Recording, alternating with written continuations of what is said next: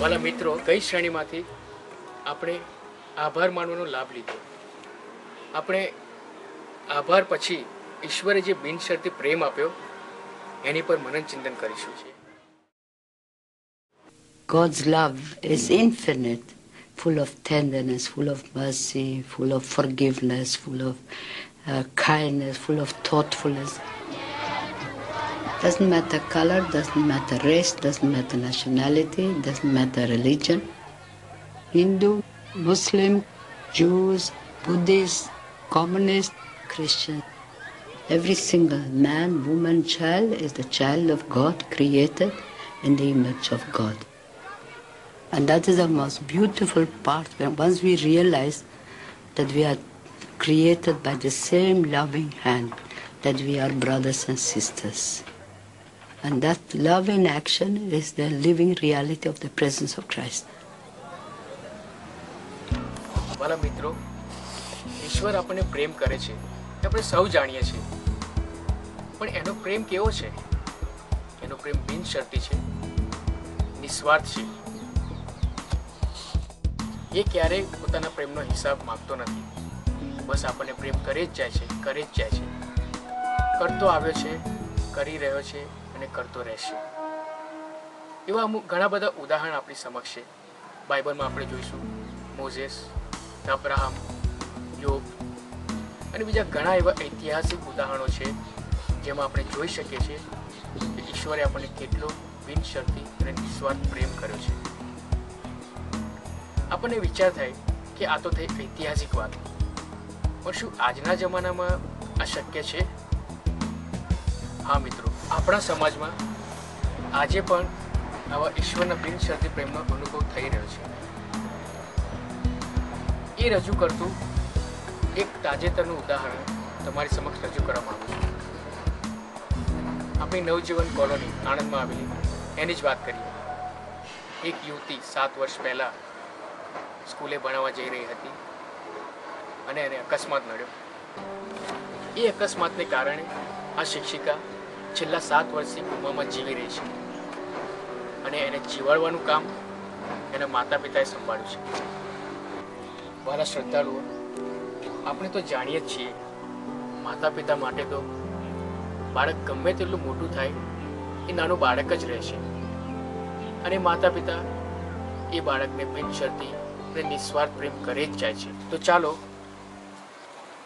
આપણે નવજીવન કોલોનીમાં રહેતા એ કુટુંબની મુલાકાત લઈએ અને ત્યાં જઈને જોઈએ, એમને સાંભળીએ, એ શિક્ષિકાના માતા પિતાને સાંભળીએ અને કેવો બિનશરતી પ્રેમ તેઓ એને કરી રહ્યા છે અને એ પ્રેમ દ્વારા ઈશ્વર આપણને કેવો બિનશરતી પ્રેમ કરી રહ્યો છે એની અનુભૂતિ જાતે જ કરી. રમતિયાર હતી અને હોશિયાર હતી અને અમને એમ લાગતું હતું કે આ દીકરી આગળ જતાં કંઈક હોશિયાર થશે અને સારી લાઈન લેશે. આવી એને નાનપણથી જ એમનો ઉપરથી બાળપણ ઉપરથી લાગતું હતું કે જીવનમાં ઘણી આગળ આવશે. મારા બંને બેબીનો પ્રેમ, સ્મિતાબેન અને બીજા 6 બાળકો સાથેનો પ્રેમ, બધાનો પ્રેમ બંને મા બાપનો હતો અને તેથી અમને લાગ્યું કે આગળ જીવનમાં કંઈક પ્રગતિ કરશે. બીએડ સુધીનો અભ્યાસ કર્યો અને ઇંગ્લિશ મીડિયમમાં એણે સારી રીતે અભ્યાસ કર્યો. વિક્ટોરિયા સેન્ટ જેવિસ સ્કૂલમાં જગ્યા હતી અને ફાધરે પછી એને અહીં લાવ્યા અને ત્યાં એને સારી રીતે સર્વિસ મળી અને લગભગ સર્વિસ ચાલુ કર્યા પછી એણે 3 કે 4 વર્ષ સર્વિસ કરી. સારી રીતે સર્વિસ કરતી એને સ્કૂલમાં પણ આગળ પડતી હતી અને સ્કૂલમાં બધા ટીચરોમાં પણ એ હોશિયાર હતી. સાથે સાથે અહીં આણંદ પેરિસના સેક્રેટરી હતી પેરિસ કાઉન્સિલની અને આણંદમાં બધું સારી રીતે કામ કરતી અને ધાર્મિક રીતે બજાવતી હતી અને એણે પોતાના જીવનમાં કે મારે હવે લગ્ન નથી કરવું અને તમારે મા બાપની સેવા સાથે કરવું છે. તેથી એને લાગ્યું કે મારે લગ્ન નથી કરવું અને મા બાપની સાથે જ હું રહીશ અને હું ધાર્મિક કાર્ય કરીશ અને સેવા કરીશ. એની રીતે એનો ઉછેર થયો. પણ અકસ્માત રીતે સ્કૂલમાંથી સેન્ટ જેમ્સ સ્કૂલમાંથી પાછા વળતા સ્કૂટી એને પોતે વાહન લઈને સ્કૂટી જતી હતી અને સ્કૂટી ત્યાં તો બોરસદ રોડ ઉપર પાછળથી ઇન્ડિકા ગાડીએ ટક્કર મારવાથી એને જીવલેણ અકસ્માત જેવું થઈ ગયું. એટલે લગભગ જીવનમાં એમ લાગ્યું કે એ ટકી શકશે નહીં.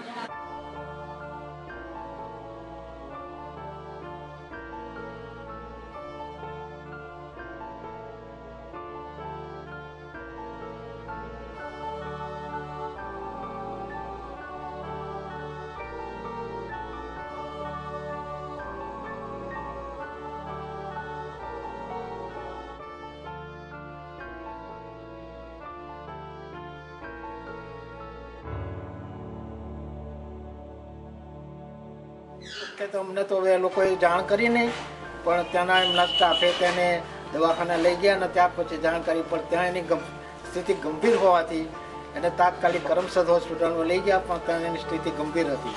જેથી એને બરોડા વિલ્સ હોસ્પિટલમાં દાખલ કરી અને ત્યાં રાતોરાત ઓપરેશન કરાવ્યું. અને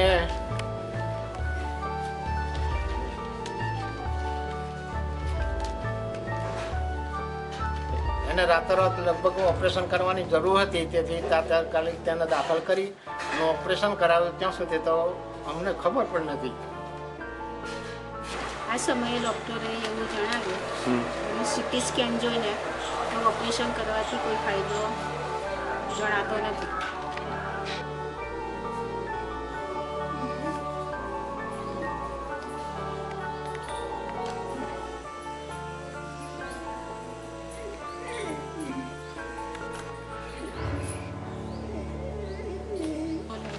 ચાર દિવસ પછી અમને જોવા માટે અમને લઈ ગયા. મેડિકલમાંથી ડિસ્ચાર્જ કર્યા પછી અમે ઘરે લાવ્યા અને આજે આ દીકરીને આ 7મું વર્ષ 6 વર્ષ પૂરા થયા અને આ 7મું વર્ષ જાય છે. અમે એની સેવા કરવામાં કે એની પાછળ પૈસો ખર્ચવામાં બિલકુલ કચાશ રાખી નથી. આપણે જોયું કે મા બાપનો પોતાના બાળક પ્રત્યેનો બિનશરતી પ્રેમ કેવો હોય છે. આવા જ ઈશ્વરના બિનશરતી પ્રેમનો અનુભવ કરવા માટે બિનશરતી પ્રેમ કરનાર ઈસુ સમક્ષ આપણે આવીએ અને પૂછીએ, મેં ઈસુ માટે શું કર્યું છે? અત્યારે હું ઈસુ માટે શું કરી રહ્યો છું? અને અત્યાર પછી હું ઈસુ માટે શું કરીશ? હું કેવી રીતે મારો સમય અને શક્તિઓ તથા આવડતોનો બીજાના માટે ઉપયોગ કરો? મારા શ્રદ્ધાળુ મિત્રો, આ પ્રશ્નો આપણે આપણી જાતને પૂછીએ, એના જવાબો મેળવીએ અને ઈશ્વરનો બિનશરતી પ્રેમ કેવો છે એનો અનુભવ કરીએ. મિત્રો, ઈશ્વરનો બિનશરતી પ્રેમનો અનુભવ કરવો હોય તો આપણું દિલ તો ચોખ્ખું હોવું જોઈએ ને. તો આવો પ્રાયશ્ચિત કરીએ અને આપણું દિલ ચોખ્ખું કરી ઈશ્વરનો બિનશરતી પ્રેમ અનુભવીએ અને ઈશ્વરના આગમનની તૈયારીઓ કરીએ. મારા શ્રદ્ધાળુઓ, તમને મદદરૂપ થાય એ માટે થોડી પાયાની વાતો કરું તો મારા આખા જીવન દરમિયાન મને માફી મળી છે. દાખલા તરીકે મારા ભાઈઓ, બહેનો, મિત્રો, સહકાર્યકરો, મને એમના દ્વારા માફી મળી છે. આ ઉપરાંત આ બધા દ્વારા મને ભગવાને માફી આપી છે. ભલે ને મને એવું લાગ્યા કરે કે હું માફીને લાયક રહ્યો નથી, છતાં તે મને સતત માફી બખ્શ્યા કરે છે. ભલે ને હું ભગવાનથી જોજનો દૂર જાઉં, છતાં તે મારી રાહ જુએ છે ને પાછો ફરું તો મિજબાની કરવા આતુર ઉરથી ઊભો રહે છે.